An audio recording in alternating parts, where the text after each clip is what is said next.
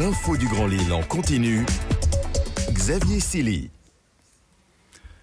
Bonjour à toutes et à tous, bienvenue sur Grand Lille TV. On fait tout de suite un point sur vos conditions météorologiques sur l'ensemble des Hauts-de-France, avec quelques pluies à prévoir pour ce mardi et en ce lundi, des perturbations qui ont mené les températures à descendre jusqu'à 6 degrés pour les maximales dans la région. 6 degrés qui restent encore assez doux pour la saison. Et puis on passe tout de suite à une information qui marque la journée. C'en est fini pour le Dunkerquois Thomas Ruyant, le participant au Vendée Globe. Le navigateur a été victime hier d'une collision sur son bateau baptisé le Souffle du Nord pour le projet Imagine. C'est suite à un vent soufflant à plus de 160 km/h que l'accident est survenu malheureusement. Le jeune homme n'a au départ pas demandé d'assistance et a cherché une solution pour rejoindre le sud de la Nouvelle-Zélande. Son point d'attache, Thomas Ruyant, qui a notamment remporté la Route du Rhum en 2010 et qui était 8e pour le moment au Vendée Globe, ce qui est un très bon classement pour sa première participation à cette course. Tout de suite, je vous propose d'écouter et de voir sa réaction qui vient d'apparaître sur les réseaux sociaux, une réaction pleine d'émotion. Voilà, fin de Vendée Globe, terminé. Ouais, une moitié de tour du monde quoi, mais... Voilà, puisque je suis déçu là de terminer, ça se termine de cette façon-là,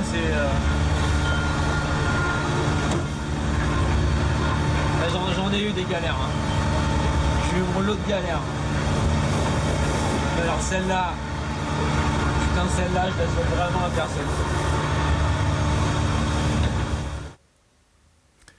Et on passe aux fêtes de Noël avec un sujet prévention.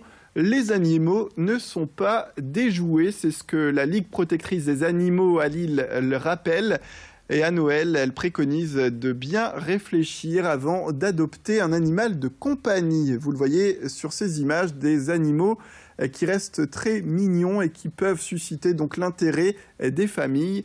En plus, si le coût pour adopter un chat ou un chien sont peu onéreux, si vous passez par la LPA, il faut compter en tout cas environ 500 € par an pour leur entretien. C'est un fait à prendre en compte. Il faut aussi prendre en compte le fait qu'un animal nécessite d'être éduqué pour être propre et obéir, le tout avec patience et bien sûr beaucoup de bienveillance. Alexis Tessier a pu constater que la LPA fait bien attention, surtout en cette période de fête, à ne pas mettre les animaux dans toutes les mains, c'est le moins qu'on puisse dire. Je vous propose tout de suite d'écouter d'ailleurs l'un des responsables de l'association à Lille. Certes, ça peut faire plaisir à leurs enfants, mais qui se mettent bien en tête que c'est pas forcément l'enfant qui s'en occupera, qu'au moment, alors pour un chien, ça sera pas au moment qu'il devra sortir. Un chiot, forcément, fera ses besoins, n'est pas propre tout de suite, fera ses besoins dans la maison. C'est pas non plus l'enfant qui va ramasser. Donc, ils réfléchissent bien à toutes les contraintes qui ne seront pas assumées par l'enfant, puisque l'adoption doit rester un acte réfléchi. Et malheureusement, les gens fonctionnent aussi beaucoup au coup de cœur et ne réfléchissent pas aux conséquences et aux contraintes que peut représenter un animal. Et après les petits animaux, les tout petits qui ont pu être à Tourcoing, à l'hôtel de ville, hier dimanche, pour un rassemblement un peu spécial, puisque ce sont 350 personnes, dont 202 enfants, qui étaient réunis pour la 3e fête de Noël, réservée, attention, aux familles de jumeaux. L'association Jumeaux et Plus 59 est à l'origine de ces rencontres chaque année.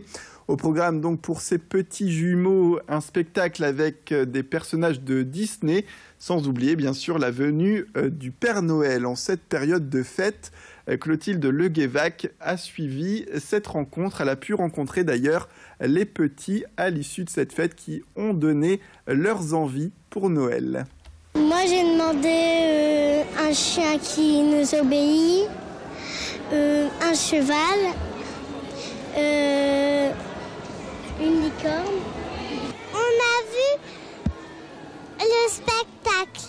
Il y avait la Reine des Neiges, et il y avait Cendrillon, Blanche-Neige. On est allé au spectacle pour le voir. parce que ça fait longtemps qu'on y va, parce qu'on est né en même temps en fait, pratiquement. Sauf qu'il est né un petit peu près 5 minutes après moi. Et du coup, on est considérés comme jumeaux, mais en fait, on est faux jumeaux. Et Noël et sa multitude de cadeaux, beaucoup d'envie, vous venez de le voir sur ces images, mais c'est un moment où on veut faire plaisir aux autres avec parfois des ratés monumentaux. Les cadeaux de Noël peuvent être de bien mauvaises surprises. Vincent Vieillard a pu en témoigner d'ailleurs dans les rues de Lille. On l'écoute. Il ne reste plus que quelques instants pour trouver vos cadeaux de Noël. Comme vous pouvez le voir ici à Lille, c'est un petit peu l'effervescence. Sauf que, vous ne ferez pas forcément que des heureux avec vos cadeaux. En tout, ce sont près de 40% des Français qui seraient déçus de leurs cadeaux de Noël. Et ce serait donc 452 millions d'euros qui seraient un petit peu dépensés dans le vent. Et vous, quel est votre pire souvenir de cadeaux de Noël? Des chaussettes, un porte-sac à main. Des chaussettes. Qui t'avait offert ça? Ma tante, et depuis je lui fais plus de cadeaux. Les peignoirs de bain. Un détecteur de métaux. Je pense qu'il est en train de pourrir dans une armoire chez ma grand-mère. Ah, c'est une paire de pantoufles, mais vraiment affreuse. Mon père avait emballé une mimolette. Des chaussettes. Qui vous avait offert ça? Ma belle-mère. Parmi tous ces déçus, de plus en plus de Français n'hésitent pas à revendre leurs cadeaux sur Internet. Selon ces statistiques, ce sont près d'un Français sur 10 qui revendent leurs cadeaux sur des sites de revente.